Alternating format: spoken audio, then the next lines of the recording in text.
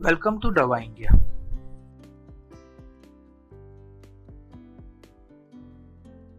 दवा इंडिया के बारे में आज हम आपको बेसिक इंफॉर्मेशन देने वाले हैं।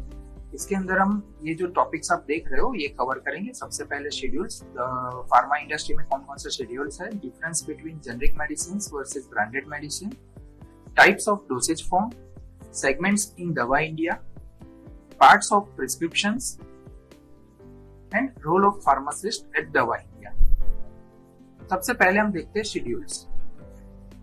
इंडिया के अंदर कोई भी ड्रग का इंपोर्ट, मैन्युफैक्चरिंग एंड डिस्ट्रीब्यूशन सारी चीज को कंट्रोल करने के लिए गवर्नमेंट ऑफ इंडिया ने एक लॉ पास किया है जिसको हम कहते हैं ड्रग्स एंड कॉस्मेटिक एक्ट 1940। यहाँ पे हम लोग जितने भी ड्रग्स होते हैं वो सारे ये लॉ के अंदर कंट्रोल होते हैं और यहाँ पे एक रजिस्टर्ड और ट्रेन फार्मासिस्ट ही इसको आगे बेच सकते हैं। अगर हम रिटेल की बात करें तो रिटेल के लिए मेनली दो शेड्यूल्स इंपॉर्टेंट है, schedule H and schedule x. Schedule H में आने वाले सारे जो ड्रग्स होते हैं वो कंपलसरी हमें रजिस्टर्ड मेडिकल प्रैक्टिशनर के प्रिस्क्रिप्शन पे ही सेल करने होते हैं, हम इसको डायरेक्टली सेल नहीं कर सकते हैं। दूसरी कैटेगरी है शेड्यूल एक्स। शेड्यूल एक्स में मेनली साइकोट्रोपिक ड्रग्स रहते हैं जो हैबिट फॉर्म करते हैं पेशेंट के अंदर, इसलिए इसके लिए स्पेशल से अलग गाइडलाइंस बनाई गई है। इसमें कंपलसरी प्रिस्क्रिप्शन चाहिए, इसका बिलिंग रिकॉर्ड रखना है, एज वेल एज कस्टमर की सारी डिटेल्स लेके आपको रजिस्टर्ड मेंटेन करना पड़ता है। इसमें मेनली दिमाग की बीमारियों से रिलेटेड प्रोडक्ट्स और एंटी-टीबी प्रोडक्ट्स होते हैं। Difference between branded medicine versus generic medicine. Branded medicine और जेनरिक मेडिसिन में रेट में इतना सारा फर्क क्यों होता है, एमआरपी? तो अगर हम देखें तो ब्रांडेड मेडिसिन के अंदर हाई रिसर्च कॉस्ट इन्वॉल्व होती है, प्रोडक्ट मॉलिक्यूल ढूंढने से लेके मॉलिक्यूल को डेवलप करने तक। यानी कोई अगर मॉलिक्यूल है तो वो टैबलेट फॉर्म में बनाने के लिए वो कैसे स्टेबल होगा, उसका डिसोल्यूशन रेट क्या होगा, कैसे बॉडी में वो इफेक्ट करेगा, ये सारे डेवलपमेंट कॉस्ट बहुत हाई होते हैं। वहीं अगर हम जेनरिक मेडिसिन की बात करें तो उसमें कोई भी रिसर्च इन्वॉल्व नहीं होता है और डेवलपमेंट कॉस्ट भी बहुत कम रहती है। अगर ब्रांडेड मेडिसिन में देखें तो यहाँ पे मार्केटिंग कॉस्ट बहुत हाई होती है, क्योंकि नया मॉलिक्यूल है मार्केट के लिए, तो यहाँ पे मेडिकल रिप्रेजेंटेटिव हो गए, डॉक्टर्स के लिए गिफ्ट्स हो गए, मार्केटिंग टीम यानी पीएमटी टीम वगैरह का डेवलपमेंट करना पड़ता है। इसके साथ साथ सैंपल्स डिस्ट्रीब्यूशन करना पड़ता है, बहुत सारी चीजें होती है जिसकी कॉस्ट बहुत हाई रहती है, जबकि जेनरिक मेडिसिन में ऐसी कोई भी कॉस्ट इन्वॉल्व नहीं होती है। अगर हम क्वालिटी पैरामीटर्स की बात करें तो क्वालिटी पैरामीटर्स चाहे ब्रांडेड मेडिसिन हो या जेनरिक मेडिसिन हो, दोनों के लिए सेम रहते हैं। सारे मैन्युफैक्चरर्स क्वालिटी पैरामीटर्स को सेम मेंटेन करते हैं। सप्लाई चेन की अगर हम बात करें तो ब्रांडेड मेडिसिन के अंदर मेडिसिन बहुत सारे लेयर से पास होके रिटेलर तक पहुंचती है, जैसे सीएनएफ हो गए, सुपर स्टॉकिस्ट हो गए, स्टॉकिस्ट हो गए। जबकि जेनरिक मेडिसिन के अंदर हम लोग सीधा कंपनी से रिटेलर में मेडिसिन को पहुंचाते हैं, जिससे हमारी सप्लाई चेन कॉस्ट भी कम हो जाती है। अब हम टाइप्स ऑफ डोसेज फॉर्म देखते हैं। सबसे पहला हमारा डोसेज फॉर्म है वो है ओरल सॉलिड टैबलेट फॉर्म। इसके अंदर अगर हम देखें तो पहला टाइप है कंप्रेस्ड टैबलेट। कंप्रेस्ड टैबलेट क्या होता है? जब हम मॉलिक्यूल के पाउडर को इसके साथ कुछ एक्सिपिएंट मिक्स करके उसके पहले ग्रेन्यूल्स बनाते हैं, ग्रेन्यूल्स को पंचिंग मशीन में डाल के उसको पंच करके टैबलेट बनाया जाता है। इस फॉर्म को हम कहते हैं कंप्रेस्ड टैबलेट। लेकिन कई सारी टैबलेट्स का टेस्ट बहुत बीटर हो सकता है, बहुत कड़वा लगता है या सही तरीके से टेस्ट नहीं होता है, जिससे कस्टमर को उसको लेने में तकलीफ होती है। तो ऐसी टैबलेट्स को हम लोग शुगर कोट करते हैं या तो फिल्म कोट करते हैं उसका टेस्ट को मास्क करने के लिए। तो अगर आप देखो तो अगर शुगर लेयर का कोटिंग किया गया है टैबलेट पे तो उसको हम शुगर कोटेड टैबलेट करते हैं, और अगर फिल्म का कोटिंग किया गया है तो उसको हम फिल्म कोटेड टैबलेट कहते हैं। कोई मॉलिक्यूल ऐसा है कि जो स्टमक में रिलीज नहीं होना चाहिए, सीधा इंटेस्टाइन में रिलीज होना चाहिए, तो ऐसे टैबलेट के लिए हम लोग एंटेरिक फिल्म कोटिंग करते हैं, इसको हम कहते हैं एंटेरिक कोटेड टैबलेट। फिर हमारा टैबलेट का टाइप है एफरवेसेंट टैबलेट। जब भी कोई टैबलेट को अगर हम लोग पानी में डालें और वो कार्बन डाइऑक्साइड रिलीज करता है, गैस रिलीज करता है, तो उस टैबलेट को हम लोग एफरवेसेंट टैबलेट कहते हैं। फिर च्यूएबल टैबलेट।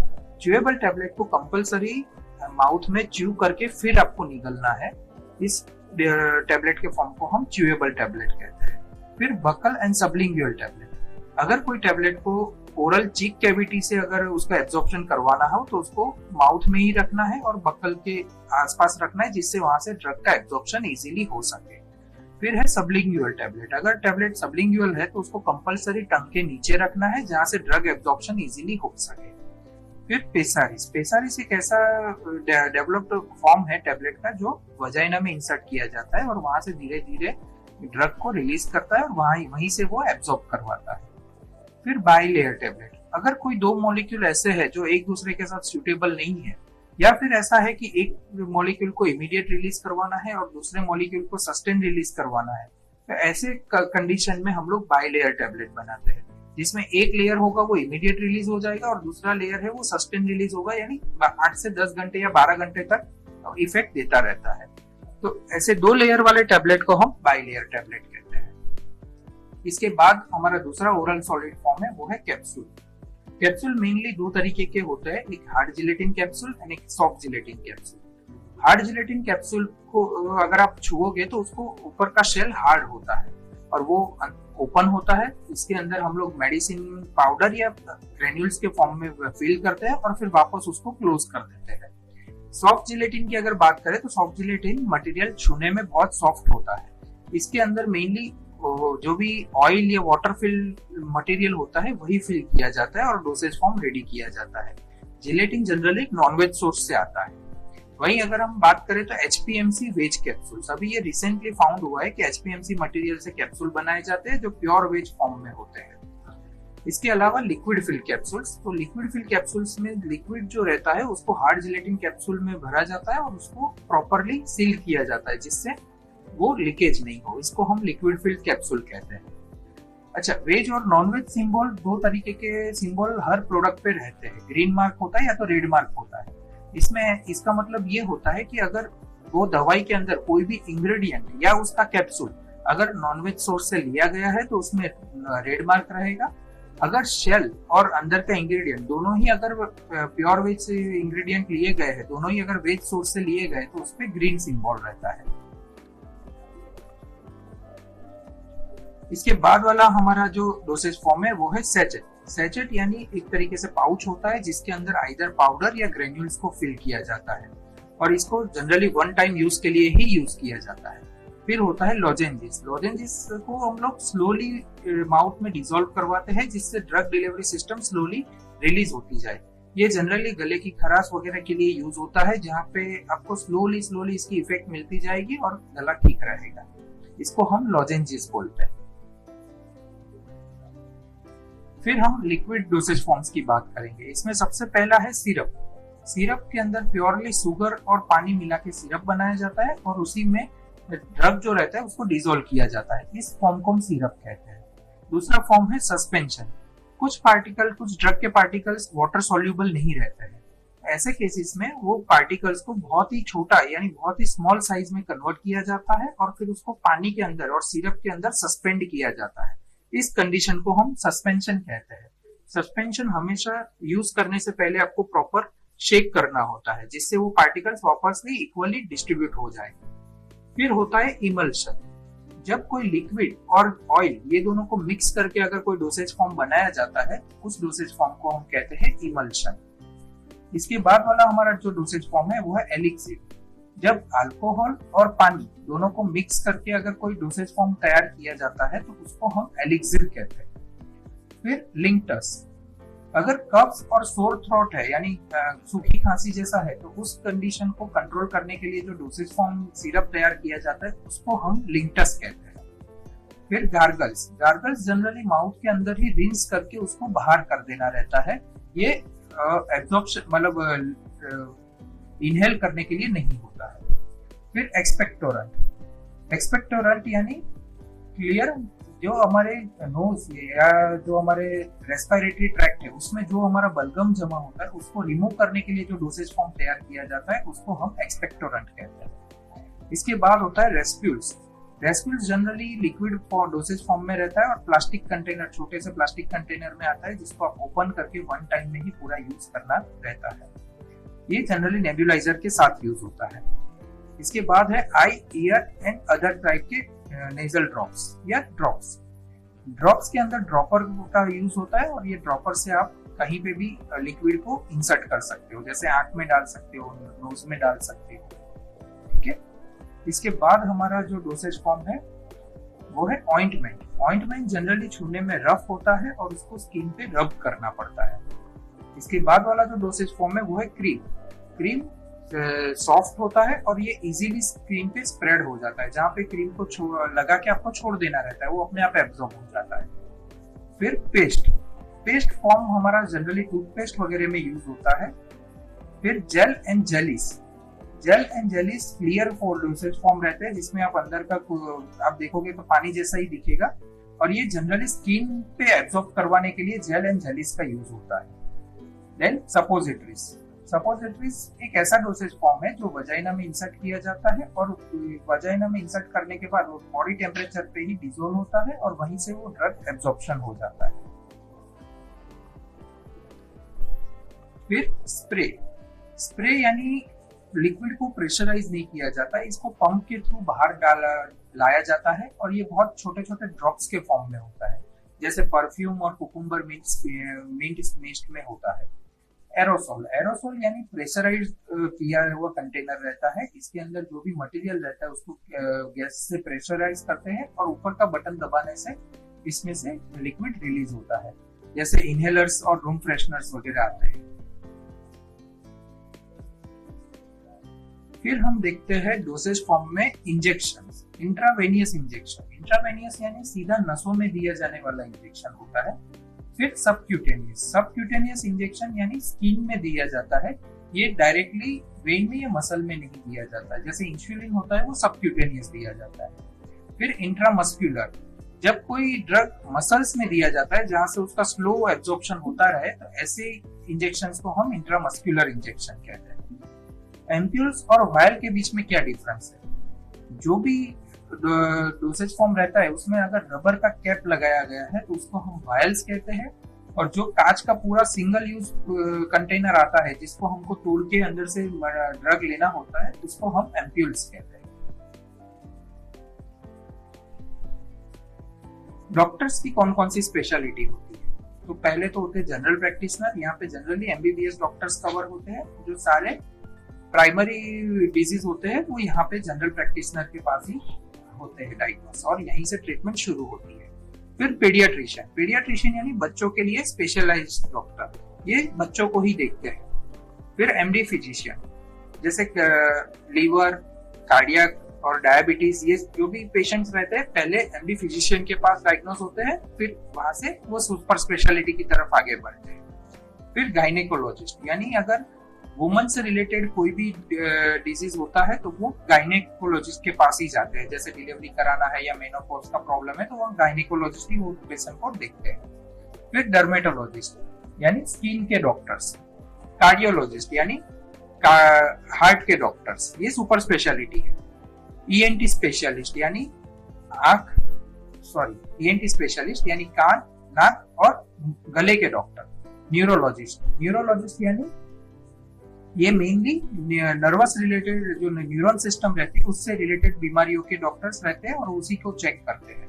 साइकोलॉजिस्ट यानी साइकेट्रिक, ये जनरली दिमाग की बीमारियां का जो पागलपन जैसे हम कहते हैं उसके रिलेटेड जो बीमारियां होती है वैसे पेशेंट को देखते हैं।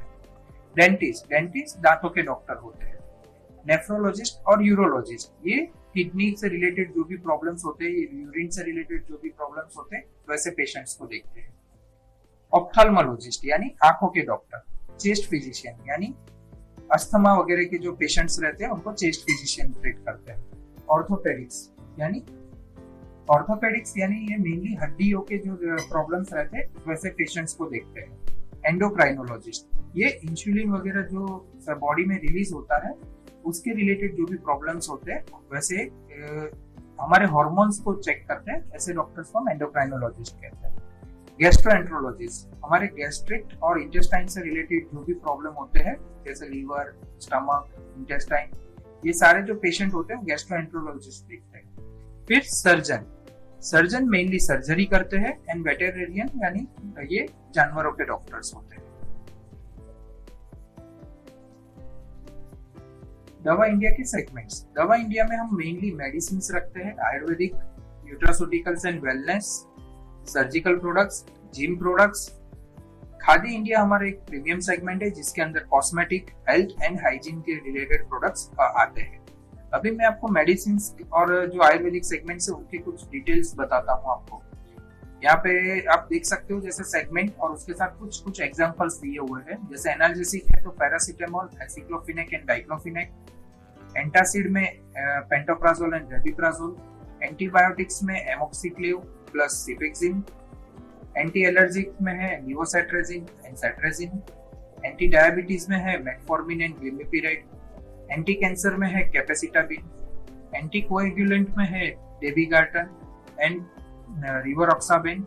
एंटी हिस्टामाइनिक में है रेक्सोफिनाडिन एंड मोंटेलुकास्ट। एंटी इंफ्लेमेटरी में है आइबुप्रोफेन एंड सेलेस्ट्रोपेप्टिडेज। एंटीवायरल में है असाइक्लोविर। एंटी इमेटिक में है ऑन्डेंसेट्रॉन एंड ग्रेनिसेट्रॉन। एंटी मलेरियल में है हाइड्रोक्सीक्लोरोक्विन, आर्टिमिथर एंड ल्यूमेफेंट्रिन। एंटी स्पाज्मोडिक में है डाइसाइक्लोमाइन। एंटी अल्सर में है सुप्राल्फेट। एंटी डायरियल में है preprobiotic sachet, bacillus respules, ofloxacin and ornidazole. Asthma में है बुडेसोनाइड एंड मोमेंटासोन। लेक्सेटिव में है बिसिपोडिल टैबलेट, लेक्सेटिव चूर्ण and milk of magnesia. Gout में है एलोप्यूरिनॉल एंड फेब्यूक्सोएड। गाउट यानी यूरिक एसिड वाली कंडीशन। एंजाइम्स में है दवा एंजाइम सिरप। हाइजीन में है sanitary pad and hand wash. Cardiac में है टेलमिसार्टन एंड एनालाप्रिल। डाइजेस्टिव में है lactase and pancreatin. Diuretic and kidney में है disodium hydrogen citrate, alpha keto analogue, mycophenolate. Protein supplements में whey protein, pedia protein and mass gainer. Gynaec में है progesterone, folic acid and infertility tablets. Immunosuppression में है tacrolimus. Dermo related products है itraconazole, cyclosporine, clotrimazole, clindamycin, hydroxychloroquine. Skin care के लिए है face wash, body lotion, soap. Hair care के लिए है minoxidil and biotin. Eye drops and nasal drops के लिए है कार्बोक्सीमिथाइल सेल्यूलोज एंड मॉक्सीफ्लोक्सासिन। आयुर्वेदिक के लिए है डायबिटीज केयर जूस एंड चूर्ण। बेबी केयर के लिए है baby lotion and baby soap. OTC के लिए है बाम, कोल्ड रब एंड टूथपेस्ट। सर्जिकल के लिए है Lancet, needles and diapers. Antipsychotic के लिए है इटिजोलाम, एमिसल्पिराइड एंड ब्यूटीपाइन। मेंस रेंज में है Beardo cream and charcoal face wash. Thyroid के लिए है थायरोक्सिन। न्यूट्रास्यूटिकल्स में multivitamin, zinc and calcium. Injectables में सेफ्ट्राइजोन, डाइक्लोफिनेक एंड B12। यहाँ पे तो कुछ एग्जांपल ही दिए गए, इसके अलावा भी हमारे पास बहुत सारे मेडिसिन है। अब हम आपको थोड़ा सा पार्ट्स ऑफ प्रिस्क्रिप्शन के बारे में बताते हैं। तो प्रिस्क्रिप्शन में मेनली जैसे आप ऊपर देख रहे हो, ऊपर सबसे पहले तो डॉक्टर्स की डिटेल रहती है, उनका रजिस्ट्रेशन नंबर, डॉक्टर का नाम, उनका एड्रेस, क्लिनिक का एड्रेस, फोन नंबर वगैरह लिखा हुआ रहता है।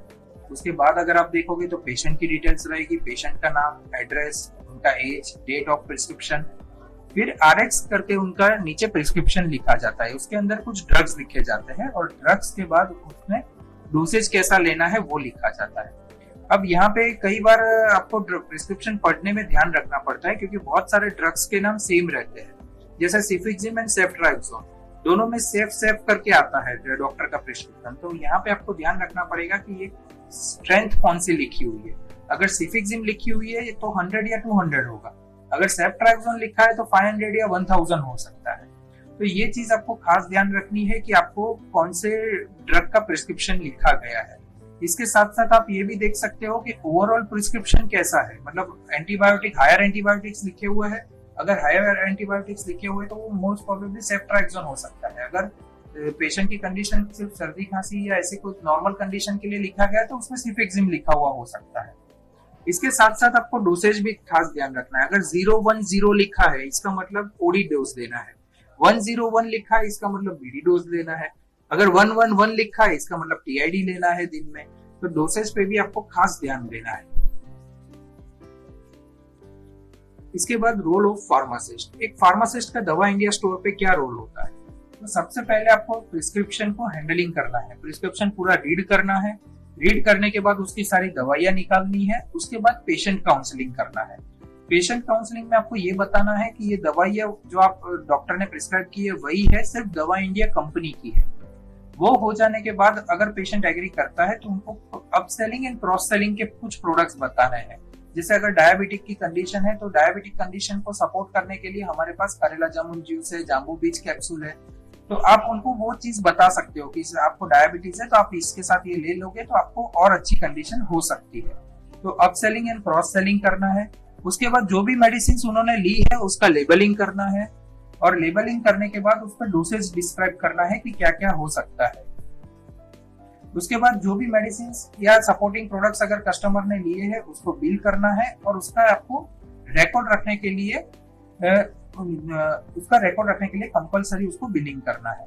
इसके बाद अपने स्टोर में जो भी नॉन मूविंग या नियर एक्सपायरी प्रोडक्ट्स है उसका ट्रैक रिकॉर्ड रखना पड़ेगा।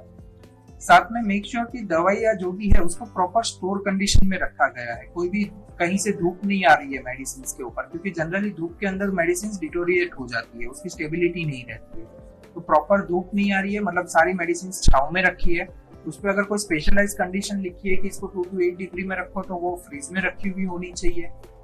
इसके अलावा आपका जो भी स्टाफ है वहां पे, आपके साथ जो भी सबॉर्डिनेट काम करते हैं, उनको भी ये चीज आपको बतानी है कि ये सब मेडिसिन कैसे स्टोर करनी है, प्रिस्क्रिप्शन कैसे रीड करना है, ताकि उनका भी नॉलेज बढ़ सके। एक बार मेडिसिन का पेशेंट के साथ अगर कंफर्मेशन हो जाता है कि ये चीज हमें ले जानी है, तो उसके बाद आपको वो मेडिसिन को again strength and quantity check करनी है कि डॉक्टर ने जो प्रिस्क्रिप्शन में लिखा है वही स्ट्रेंथ हमने निकाली है, और अगर उन्होंने 30 टैबलेट या 30 कैप्सूल्स लिखा है तो हमने वही दी है ना, उससे ज्यादा या कम तो नहीं हुआ। उसके बाद उनका एक्सपायरी डेट भी चेक करना है। कई बार क्या होता है कि पेशेंट एनआरआई होते हैं तो एक साथ 6 महीने या 1 साल की दवाई ले जाते हैं। तो ऐसे केस में आपको चेक करना है कि अगर वो 1 साल की दवाई ले जा रहे हैं तो वो कहीं एक्सपायरी डेट बीच में खत्म तो नहीं हो रहा है, उसका एक्सपायरी 1 साल तक चलेगा ना, वो सब आपको इंश्योर करके फिर उसका आपको बिलिंग करना है। और उसके ऊपर आपको जो भी पेशेंट का नाम एंड कॉन्टेक्ट नंबर है वो कंपलसरी आपको बिल बनाना है उसी नाम से और उसी नंबर से, ताकि वो हमेशा अपने रिकॉर्ड में बना रहे। और आपको बिल के अकॉर्डिंग वो सारी मेडिसिन को क्रॉस चेक करना है और उसके बाद ही उसको पैक करना है, ताकि कोई भी 2 पेशेंट की मेडिसिन मिक्स ना हो जाए।